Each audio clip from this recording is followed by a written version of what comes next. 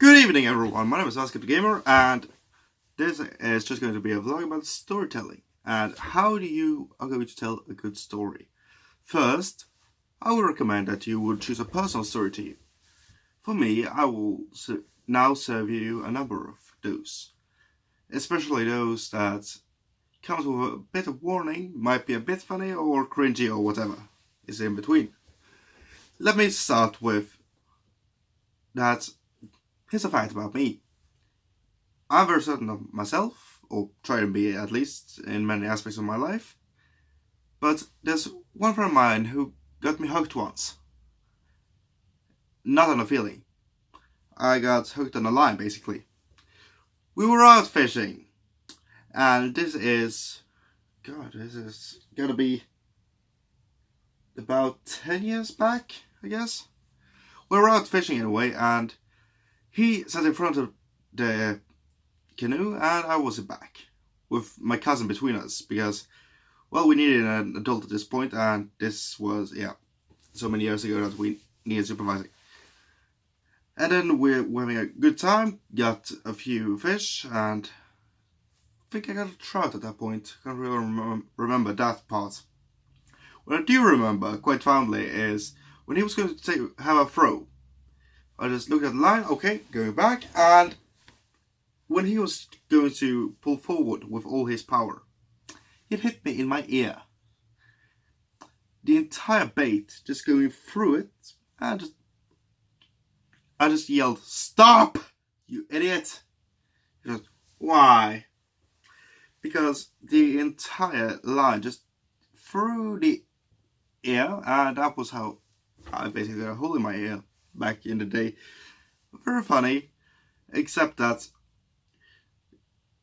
when he didn't realize that I could get it out, he just, how do I get that through? Okay, I could take the entire thing through, but then again, it is part of, the 1 point is 3 points, and then the entire thing. So we have to take it back the same way we came in. That bloody hell hurt. And I had major anger issues at the time. I'm just very glad I managed to grow them a bit off me, and basically because bigger body requires bigger energy and does much more anger to move me. And so I just stood up and pushed him into the water.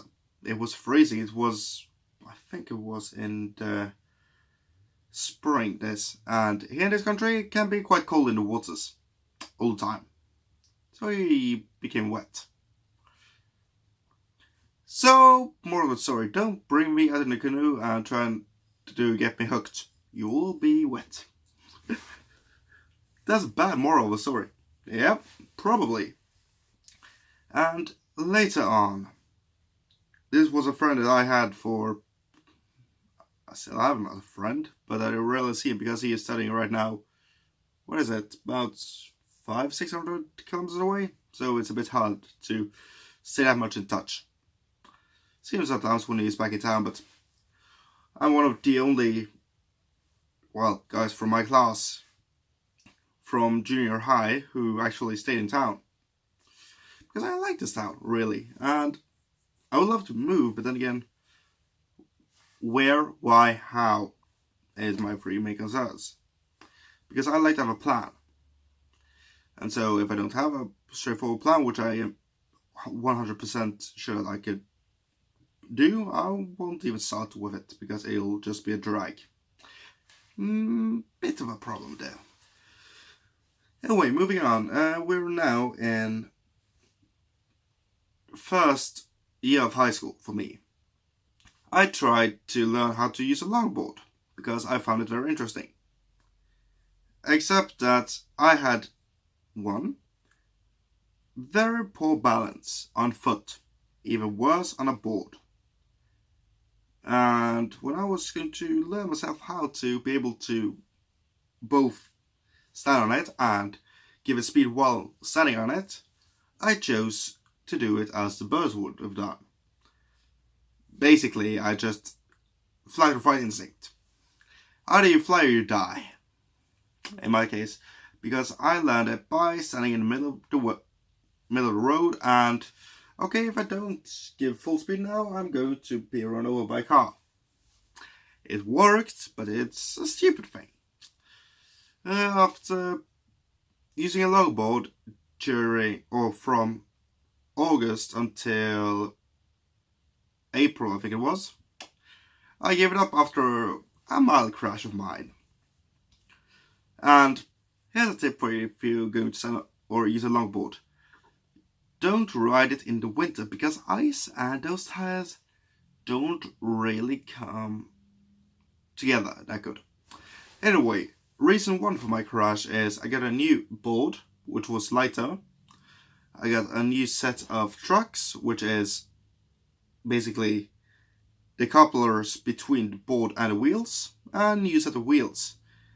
My old wheels was cylindrical, and so they could go up to a certain speed and then they would automatically brake because they couldn't handle it. But the new board, the problem with that was that the new wheels were rounder. Basically, they were round in shape, not cylindrical.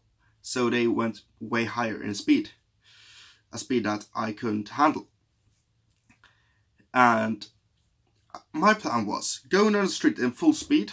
Okay, fine, I have a bus in front of me. I'm going to catch up to it and then go to brake on it when it's going to brake. Solid plan! Except that the bus went into a bus stop before I reached it. So, me and the bus, he went in and I just went faster and faster down the street. Because it's not particularly very slope or steep, this road of ours, but it's long, so you get a lot of speed and momentum. My plan, my terrible plan, if I may add, was to, okay, I know how to brake. I've been braking the same way the entire time I've been using this, except that now it's a much greater speed.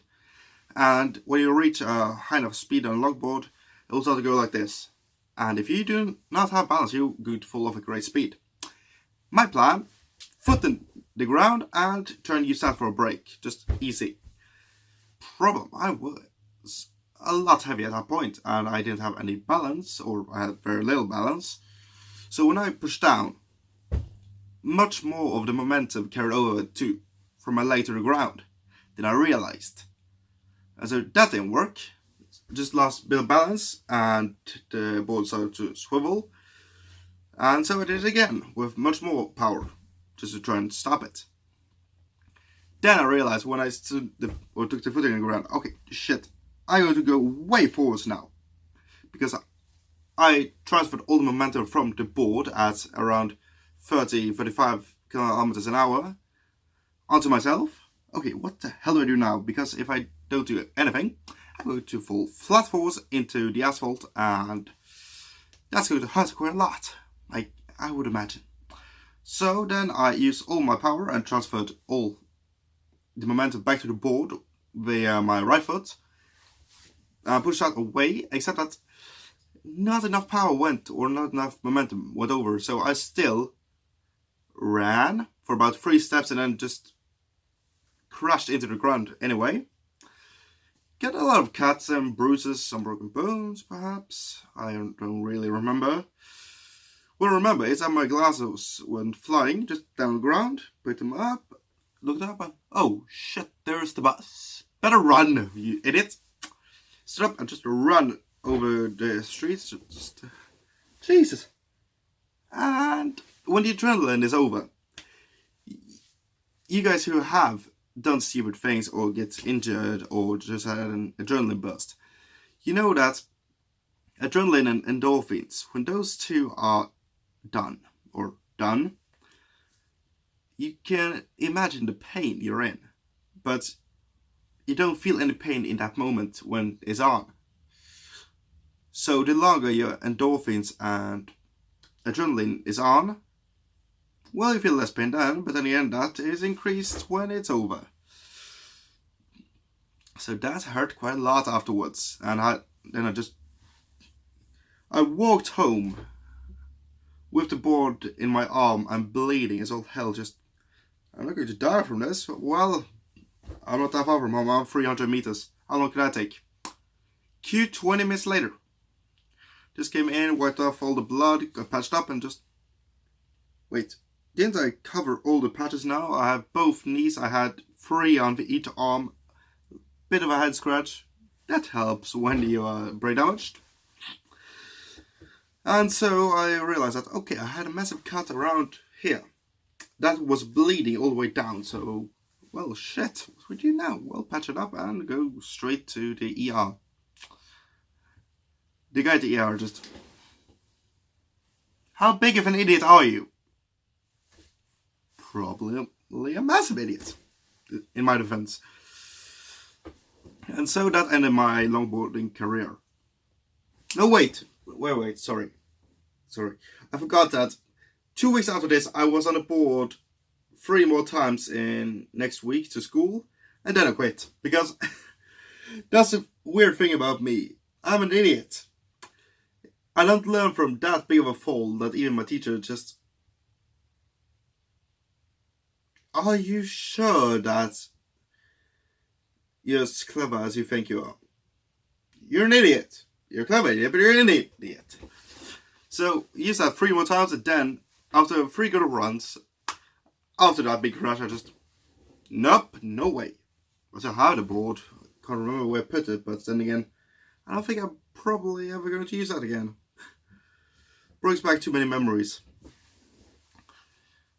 And that was 2 fun stories. And now for the halfway cringe, halfway... Oh god, not you too. Sorry. Because in my second year in high school... Yeah, it's high school. Yeah. Sorry, I'm just always mixing up high school with college level. Because for some reason we have different words for them here. I wonder why. Anyway. There was a girl that I was very attracted to. She lived about 100 kilometers away. She lived in what they consider a town. I would consider a population sub 10,000 to be big village, county, not a city. Then again, I'm living in a city with about... What do we have? 250 to 315,000? Something like that. So it's a very small city compared to metropoles and such. Anyway, New Year's Eve, I was going to surprise her with a visit. Because I knew that she didn't have any plans at that moment when I left. So I left early in the morning from here, which is Burns house. Took a bus into town, took the train up, which combined time would take 2 hours. And up there it is a slippery slope of ice hell. Basically. It was about -8 or 10 that day. It was shivering cold. And I walked from a train station to the center of the town. That's about 500 meters. Very big town.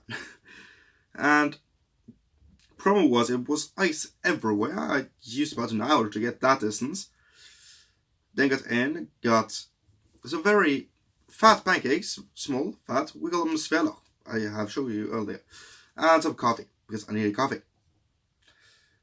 And then I texted her, just, hey, I'm here, having plans. And then she had some plans with friends. That's fun, on New Year's Eve. Okay, fine.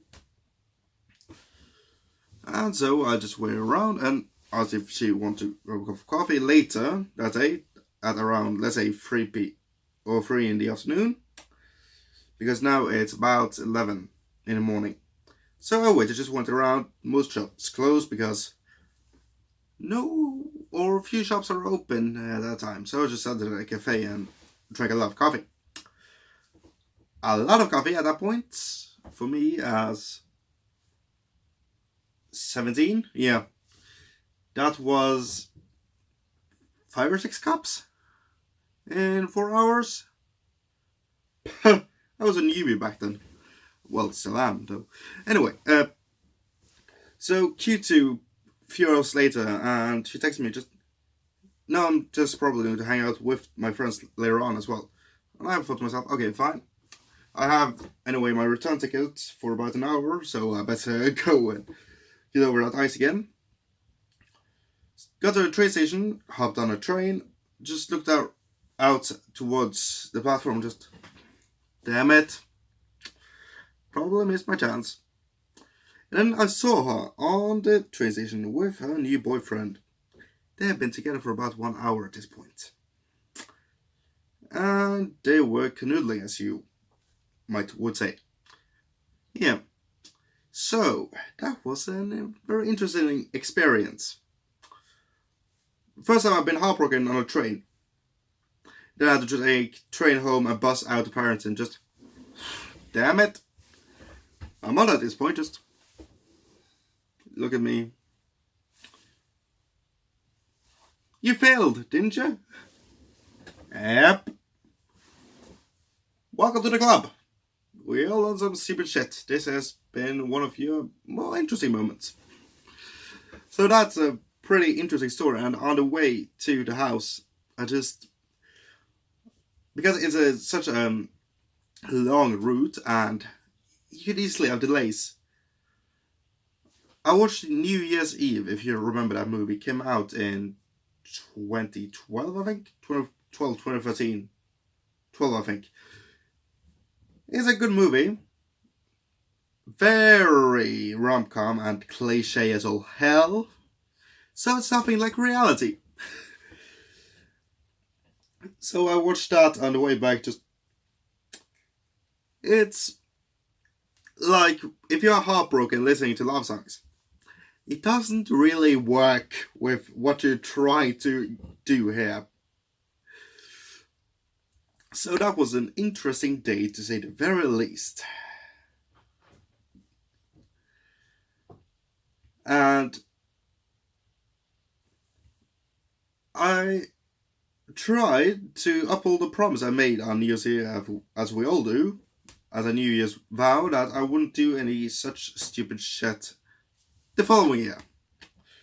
Spoiler, that year I ended up holding or having a phone call to another crush while trying to post a book at this size, don't have a mail, while trying to hold that up with my foot when she was out of town.